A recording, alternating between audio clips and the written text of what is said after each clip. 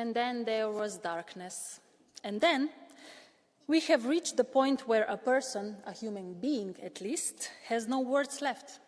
Not even someone who, despite the darkness, clearly sees what's happening. Someone who will never turn a blind eye, who will never sway their position, who clearly and loudly speaks about facts. The fact is that after Israel once again cut off electricity to Gaza, 9 out of 10 people no longer have access to safe drinking water. 9 out of 10. The fact is that after Israel once again halted the delivery of humanitarian aid to Gaza, the genocide is only escalating. Generations are being wiped out before our eyes. And still, the powerful are turning a blind one, or worse. If those of you had even a shred, just a shred, of humanity in you, you would not look away. You would not excuse the inexcusable.